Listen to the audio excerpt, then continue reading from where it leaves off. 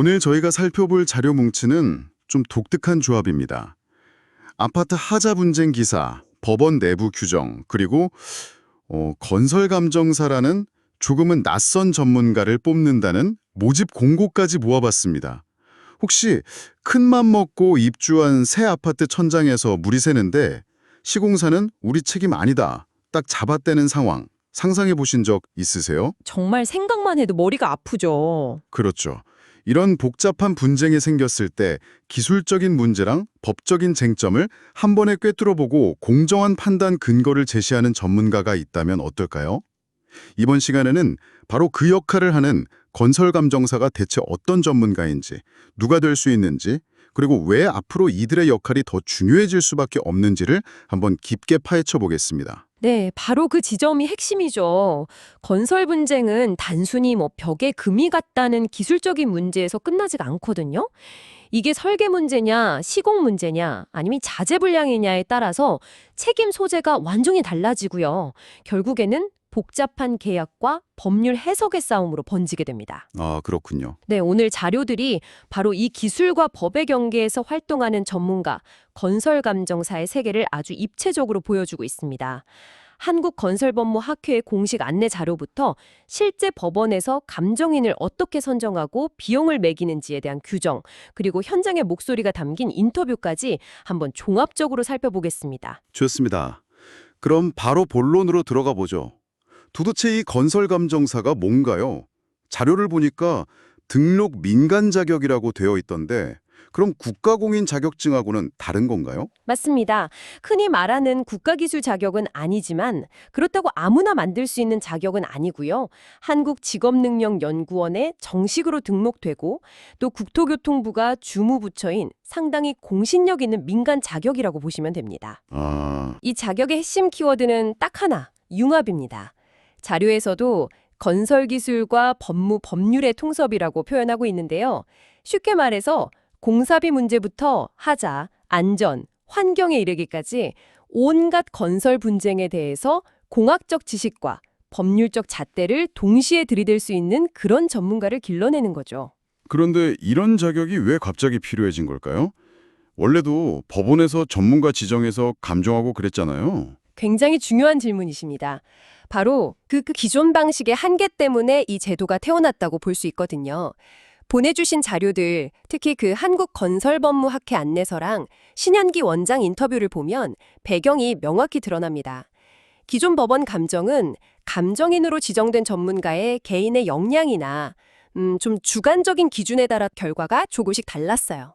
아, 그러니까 예전엔 같은 엑스레이 사진을 보고도 의사마다 진단이 조금씩 달랐던 것처럼 같은 하자를 봐도 전문가마다 견적이 천차만별이었다. 이런 거군요. 정확합니다. 그러다 보니까 소송 당사자들은 감정 결과를 못 받아들이겠다 이러면서 그 감정 결과를 두고 또다시 다투는 말 그대로 2차 분쟁이 생기는 경우가 아주 많았죠. 아, 피곤한 상황이에요. 네. 게다가 법원의 감정 실무 기준은 2016년 이후로 거의 그대로인데 건설 현장 기술은 정말 엄청나게 발전했거든요. 예를 들면 어떤 게 있을까요? 요즘은 빔, 그러니까 3D 모델링 기반으로 건물을 짓는 방식이 도입되고 있습니다.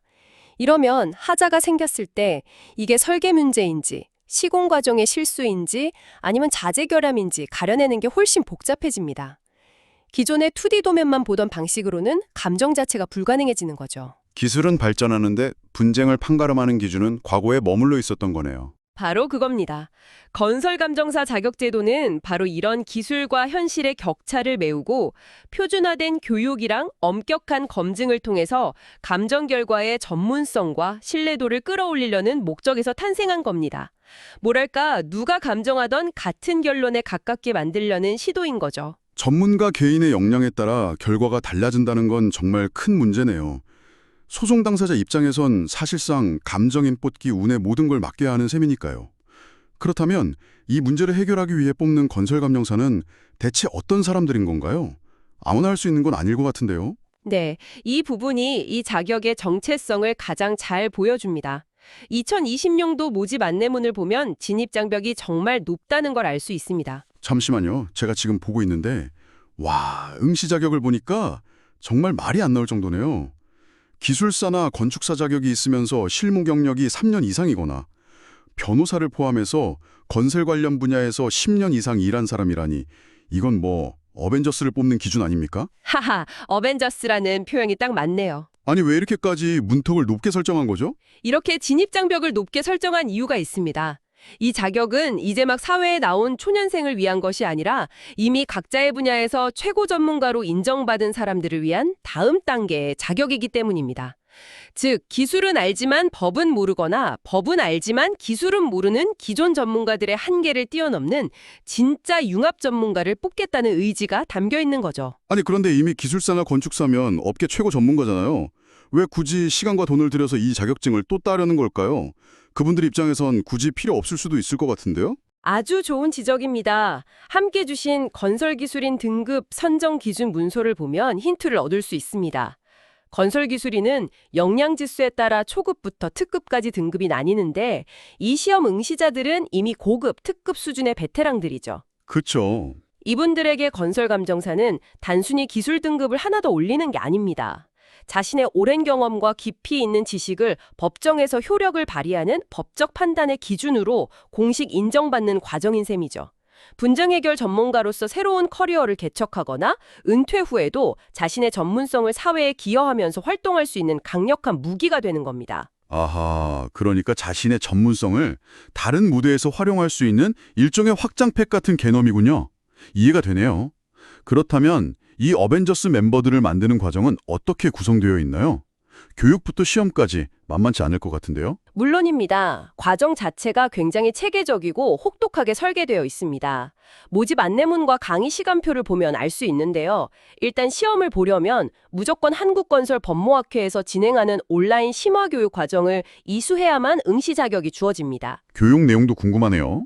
뭘 가르치나요? 강의 목록을 보면 기술 분야와 법률 분야가 거의 50대 50으로 완벽한 균형을 이루고 있습니다. 예를 들어 하자 감정 분석이나 공사비 산정 실무 같은 기술 과목과 함께 민법 총칙, 하도급법, 민사소송 절차 같은 법률 과목을 같이 배우는 거죠. 와, 강사진도 현직 기술사, 건축사, 그리고 변호사로 구성되어 있어서 말 그대로 기술과 법의 융합 교육이 어떻게 이루어지는지를 명확히 보여줍니다. 듣기만 해도 머리가 아픈데요? 수강료가 150만 원이나 하네요? 꽤 비싼데요? 이 과정을 다 듣고 나면 바로 시험을 보는 건가요? 네, 150만 원이라는 수강료도 일종의 진입장벽 역할을 하는 셈이죠. 교육 이수 후에는 1차와 2차에 걸친 시험을 통과해야 합니다. 1차, 2차로 나뉘는군요. 네, 1차는 객관식인데 과목을 보니 단순히 기술만 보는 게 아니라 감정윤리나 관련법이 들어간 게 눈에 띄네요. 결국 기술적 사실을 법의 언어로 번역하고 그 과정에서 윤리적 책임까지 져야 하는 역할이라는 걸 명확히 보여주는 것 같습니다. 2차 시험이 진짜겠네요. 그렇죠. 2차는 주관식 서술형인데 핵심인 건설감정 실무와 건설감정 관련법 두 과목을 봅니다.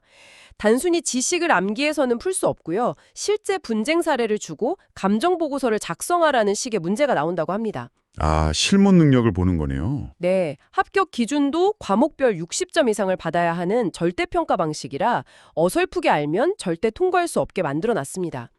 게다가 합격 후에도 끝이 아니라 3년마다 8시간의 보수 교육을 의무적으로 받아야 자격이 유지됩니다. 계속해서 지식을 업데이트하라는 거죠. 와, 정말 촘촘하게 설계되어 있네요. 자, 그럼 이 모든 힘든 과정의 의미는 무엇일까요? 이렇게 탄생한 건설 감정사들이 실제 현장에서 어떤 역할을 하고 왜 앞으로 더 중요해질 거라고 보시는지 궁금합니다. 그 답은 변호사가 작성한 블로그 글과 법원 예교 자료에서 찾을 수 있습니다. 민사소송에서 판사는 신이 아니기 때문에 기술적인 문제에 대해 스스로 판단할 수 없잖아요.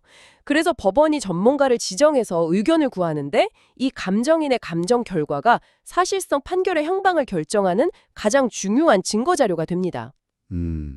여기서 사감정이라는 문제가 발생합니다. 사감정이요? 그건 뭔가요?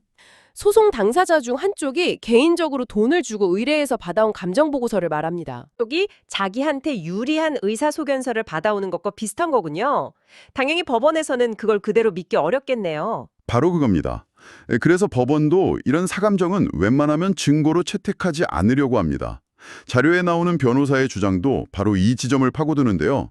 무자격자의 편향된 사감정이 법정에서 혼란을 주는 걸 막고 건설감정사처럼 공인된 교육과 검증을 거친 전문가가 작성한 감정보고서를 법원이 적극적으로 증거로 채택하는 제도적 장치가 필요하다는 겁니다. 이게 바로 건설감정사가 실제 현장에서 가지는 가장 큰 힘이죠. 알겠습니다. 그런데 한편으론 이런 생각도 드네요. 이 자격이 너무 강력해져서 건설감정사 자격이 없는 다른 훌륭한 전문가들의 의견은 법원에서 무시되는 부작용은 없을까요? 일종의 새로운 권위가 되어서 시장을 독점하는 건 아닌지 그런 우려도 됩니다. 충분히 가질 수 있는 합리적인 우려입니다. 다만 이 제도의 목적은 다른 전문가를 배제하는 것이 아니라 감정의 최소한의 품질 기준을 세우는 데 있다고 봐야 합니다. 그리고 현재까지 배출된 인원이 150여 명에 불과한 소수 정예라는 점도 중요하고요. 150명이요. 네, 자료를 분석해보면 최근 건설 경기 침체나 원자재 가격 급등, 부동산 PF 부실 문제 같은 악재들이 터지면서 공사비를 제때 못 받거나 하자가 발생해도 보수가 지연되는 분쟁이 앞으로 급증할 것으로 예상됩니다. 150명이면 전국적으로 벌어지는 분쟁을 다루기엔 턱없이 부족해 보이는데요. 이게 의도적으로 소수 정예를 유지하는 전략인가요? 아니면 아직 제도가 초기 단계라 그런 건가요? 둘 다라고 바라죠. 일단은 제도의 신뢰도를 높이기 위해 엄격한 기준으로 소수 정예를 유지하는 측면이 강하고요. 앞으로 수요가 폭발적으로 늘어날 것이기 때문에 점진적으로 인원을 늘려갈 가능성이 높습니다.